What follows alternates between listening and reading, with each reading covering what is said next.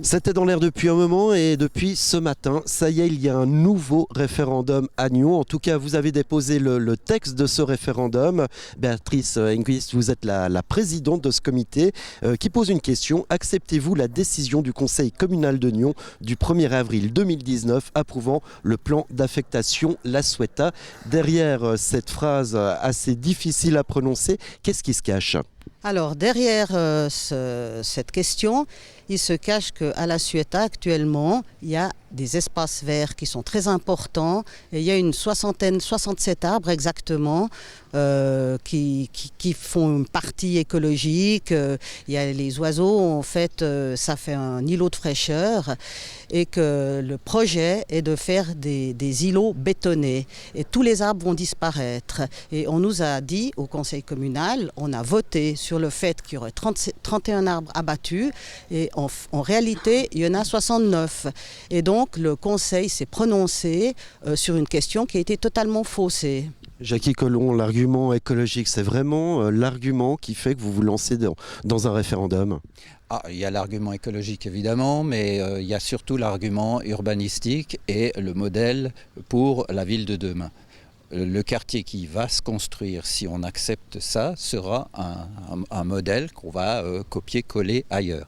Donc les prochains quartiers qui vont être construits ou reconstruits le seront sur ce modèle-là. Et donc on va perdre énormément d'espace, biotopes, de nature en ville.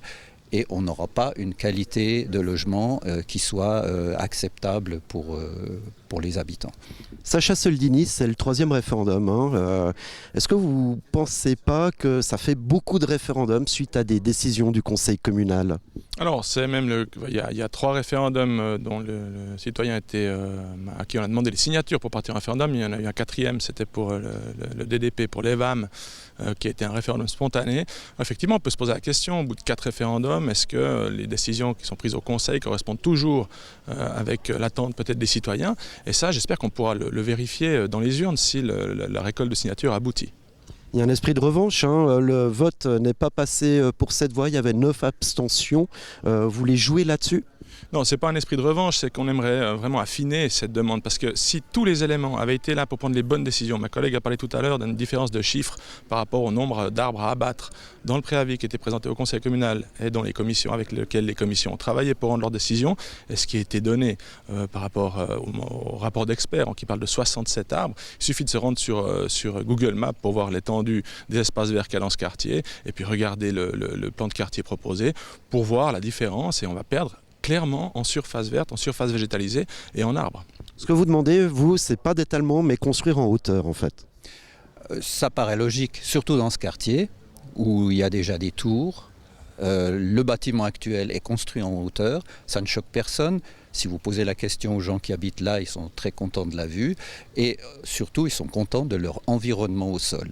Donc de reconstruire dans les mêmes hauteurs, pour moi, ça n'est pas un problème, c'est quelque chose qui est admis dans ce quartier. Au contraire, s'étaler comme c'est préconisé de le faire, ça va faire une espèce de trou là au milieu de ce quartier qui est vraiment très arborisé, pas seulement la parcelle en question, mais les parcelles voisines. Béatrice Enquist, les déménagements ont déjà eu lieu pour une bonne partie des gens qui habitent à La Sueta. Vous ne pensez pas que, étant donné l'avancement du projet, finalement, de lancer ce référendum, ça risque quelque part de vous donner mauvaise presse? J'ai pas l'impression du tout. Déjà, il suffit d'aller voir les jardins du Couchant qui n'ont le nom jardin que sur le papier, parce qu'il n'y a pas une brique de verdure là-bas. Et là, ce serait juste les parcelles adjacentes qui seront nouveau toutes bétonnées. Et je pense que malgré tout, les gens vont bien se rendre compte que ce modèle-là va être repris dans d'autres quartiers de Nyon et que si on commence à bétonner tout Nyon, je ne pense pas que c'est vraiment ce que la population aimerait.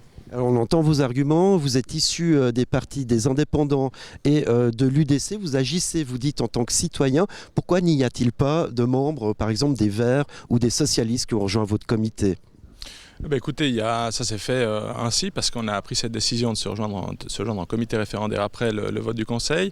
Nous n'avons pas de verre au sein du comité référendaire, mais nous espérons qu'ils nous rejoignent dans la suite de l'aventure. Donc il y a encore la récolte de signatures, il y aura le débat et la votation populaire. Et je compte clairement sur les Verts pour pouvoir s'exprimer par rapport à leur ressenti concernant le plan de quartier proposé, à la suppression de tous ces espaces verts et tous ces arbres, on va dire monumentaux, certains ont quasiment 100 ans. Alors vous l'avez dit, le texte a été déposé, maintenant il faut que la municipalité l'accepte, puis ensuite ce sera la récolte de signatures, 2000 signatures à peu près à récolter pour un vote qui aura lieu quand ? Alors on ignore quand le vote aura lieu.